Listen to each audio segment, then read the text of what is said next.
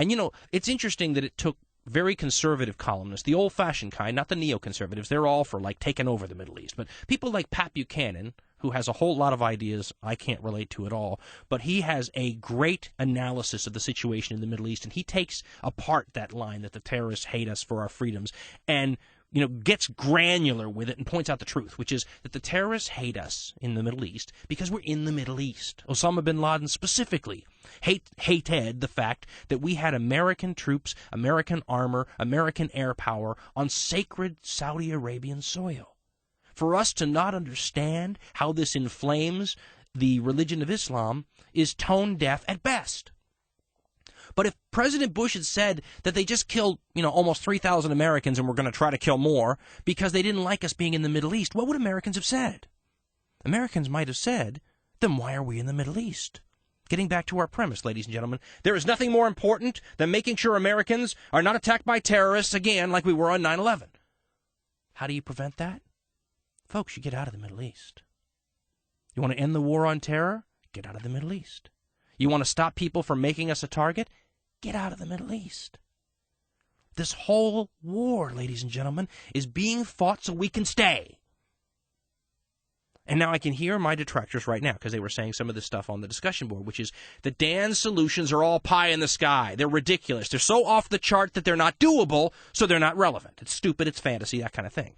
Folks, if you're going to solve major problems like terrorism, it's not going to be some easy, and I'm using quotation marks with my hands now, realistic solution. Because if it was going to be easy and realistic, we'd have solved the dang thing already. It's hard, which is why it's hard to solve that problem. But getting out of the Middle East should not be that hard, ladies and gentlemen. Get back to geopolitics for a minute. My stepfather teaching me about what's so simple about how countries deal with each other in the world, okay? It seems so complicated, so let's factor it down the way you would break up a big number and factor it down to its minor components, right? What do countries do? Do you remember we had an interview with James Burke a while back on the History Show? I consider him to be literally one of the most intelligent, well-rounded minds on the planet. And somehow we got into this subject a little bit, and I'm going to paraphrase from memory here. He said that he believes that what we, the citizens of countries, hear from our leaders has nothing to do with what's really going on behind the scenes. And that nations do what they have always done and pursue their vital interests. That's called, in the old international relations field, realpolitik. And it had guys like Bismarck and Metternich and all these people that are famous for pursuing realpolitik, the politics of realism. What's wonderful about geopolitics and international relations is in the same way history is wonderful because human character doesn't really change, and it's relevant because the people operating in ancient Rome have the same human motivations and reactions that we would have today, so there's a continuity there. In geopolitics and international relations, nations have the same sort of motivations and, pull and tug and give and take and ebb and flow that nations today have. In ancient Egypt, ladies and gentlemen, their government was pursuing realpolitik. They were pursuing a policy of realism based on their vital interests. Resources have always been one of the major goals of any country.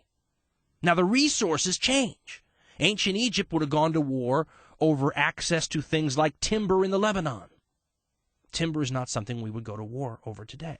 But something we would go to war over is oil. Something which, by the way, was known as bitumen in the ancient Middle East and was good for, torches and lamps and stuff, but they hardly would have gone to war over it. Resources may change, but going to war over resources is always going to be the main reason countries fight. We're in the Middle East for a very basic reason: oil. It's as simple as that. What was 9/11 about? Oil. What is Afghanistan about?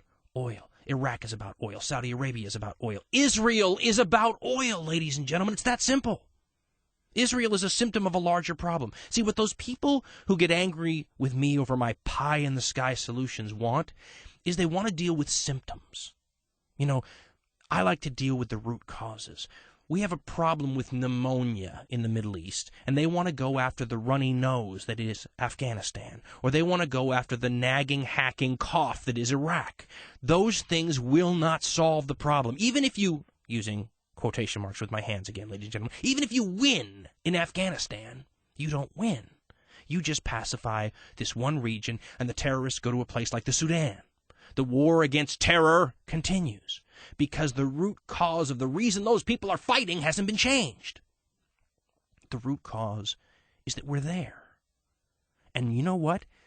If you put yourself in the shoes of the terrorists for a minute, their policy is eminently understandable. Not to take sides with these vicious, head-sawing murderers, but you can see their point. They don't want a giant foreign power on their soil. Who would? Why are we there? Because of oil. Why do they hate us? Well, one, we're on their soil. Who wouldn't hate that? Two, we support someone they dislike intensely, Israel. Now, Israel is also another symptom, ladies and gentlemen. In this war on pneumonia, they are, the chest cold, right? Why do we support Israel? Well, there's a lot of people who are very anti-Israeli that you will talk to that will almost get into this conspiracy theory that the Jews control the world. The Jews control all the levers of power, Dan, and they're able to make governments do what they want, and they've got all this money and blah, blah, blah. It's not about that, folks, because look at the history. The United States was not a huge supporter of Israel initially. We became a huge supporter of Israel over time.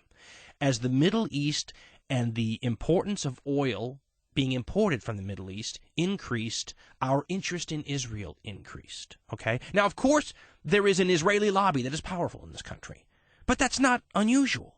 There's an Irish lobby that was important during the Irish Republican Army terrorist attacks against England, right? There was a German ethnic group that funded government and lobbyists and politicians before the First World War and Second World War that helped try to keep us out of that war because they didn't want to be fighting Germans. Heck, ladies and gentlemen, in Florida, how many people are courting the Cuban vote because Cuban Americans there actually give a bunch of money to politicians? Not unusual to have ethnic groups lobbying for the interests of countries that are not ours, right, to impact our foreign policy. That's not unusual. That doesn't make them, Jews who control the Bilderbergers, and that has nothing to do with it. The reason Israel's become more important in our country is because we import more oil from that region, and Israel is an important base for us, an ally for us in this vital region. You take oil out of the Middle East, folks, it's the Congo. Nobody cares about it at all. Look at the way we treat most of Africa, the parts that don't have oil, and you will see what the Middle East would be without oil.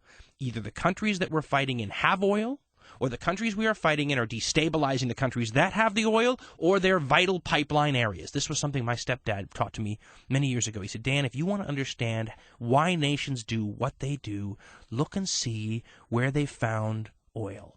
And not now. He said, if you check, you go to Standard Oil, or you find geologists who are plotting the latest suspected oil finds, and you will be able to target the trouble spots of the world in the next 10 or 20 years.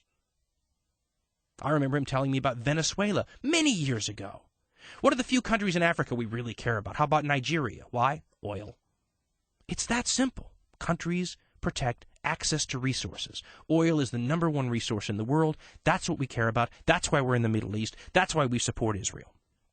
Israel is a secondary cause, of course, as to why the people in the Middle East hate us. But here's where you factor things down to find out what's really important. Now you can start to react based on reality. Otherwise, we're talking about the terrorists hating us for our freedoms, and every counter move that we try to do to thwart terrorism is based on a lie, a fantasy. And if you base your counter moves on a fantasy, your counter moves aren't going to work. If we're dealing with reality, it's oil, okay? Now, why do we care about the oil? Well, the rationale has changed. We used to care about oil in, say, like the 1950s, when the Iranian government of Mohammad Mossadegh was overthrown. He was overthrown because he was going to nationalize the oil companies in Iran. The oil companies in Iran were Western-owned oil companies, mostly British, but we had our interests there as well. And the attitude was we were going to protect the corporate interest of these giant, important American companies and giant, important British companies. It's the same rationale that Marine General Smedley Butler said we went into Central America in the early 1900s for, in the late 1800s, to protect the interests of American fruit companies, right? That rationale changed, though, as American oil started to slack off around 1970.